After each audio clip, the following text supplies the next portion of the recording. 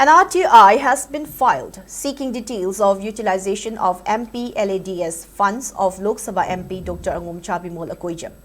Oinam Robert, a resident of Basikung, Torban Lekai, has submitted the application under Section 6(1) of Right to Information Act 2005.